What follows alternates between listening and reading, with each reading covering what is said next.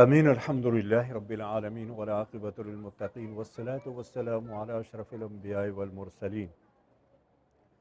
اللهم يا مقلب القلوب ثبت قلوبنا على دينك. اللهم يا مسرف القلوب صرف قلوبنا على طاعتك.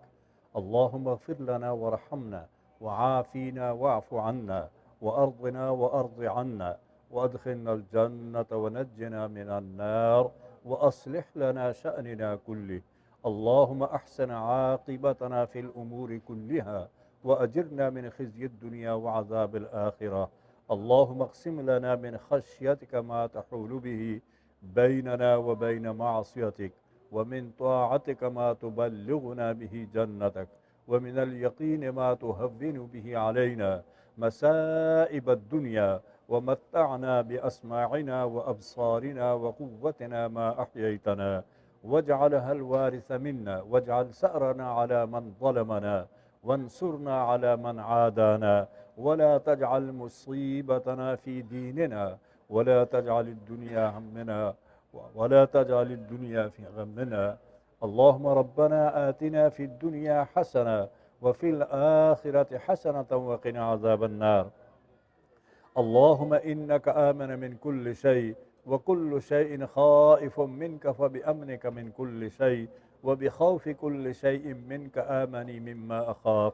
يا الله يا الله يا الله يا الله يا ستار يا ستار، استرنا بسترك الواقي الذي سترت به ذاتك، فلا عين تراك ولا يد تصل إليك، ولا حول ولا قوة إلا بالله العلي العظيم.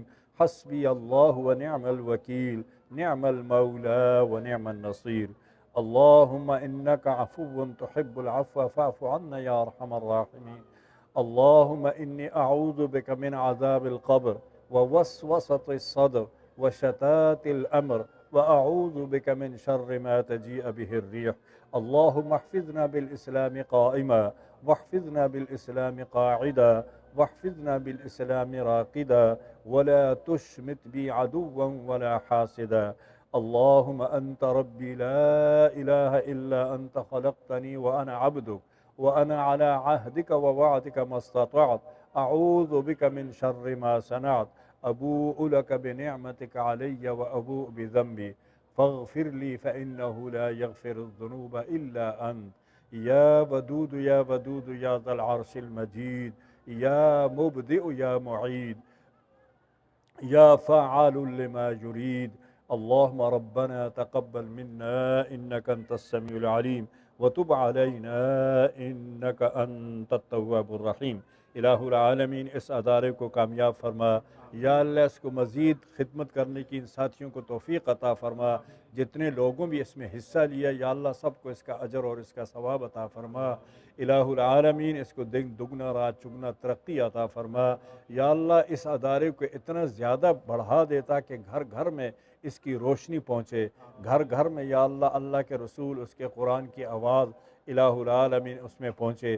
الہ العالمین سب کو دین سے منور فرما۔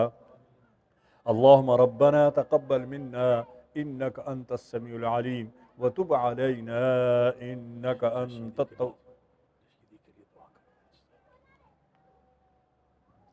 اور خصوصی طور پر حضرت مولانا سالم صاحب کے والد صاحب مفتی صاحب، وہ میرے پرانے دوست بھی تھے، ان کے لیے بھی دعا کریں اللہ تعالیٰ ان کی مغفرت فرمائے، ان کو درجات اعلیٰ عطا فرمائے۔ یہ ان کی کوششوں کا نتیجہ ہے، ان کی خدمت کا یہ حصہ ہے، اور انشاءاللہ میں چاہتا ہوں کہ آئندہ جب ہم آئیں تو آپ اور بڑی سی جگہ لے کے ایک ادارہ بنائیں تاکہ اس کو زیادہ سے زیادہ پھیلائیں۔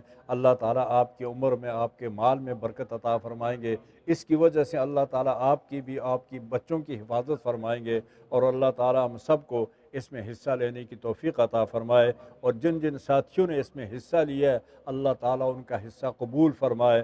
اللہم ربنا تقبل منا انک انت السمیع العلیم، وتب علینا انک انت التواب الرحیم، وصلی اللہ علی النبی وعلی آلہ واصحابہ اجمعین برحمتک یا ارحم الراحمین۔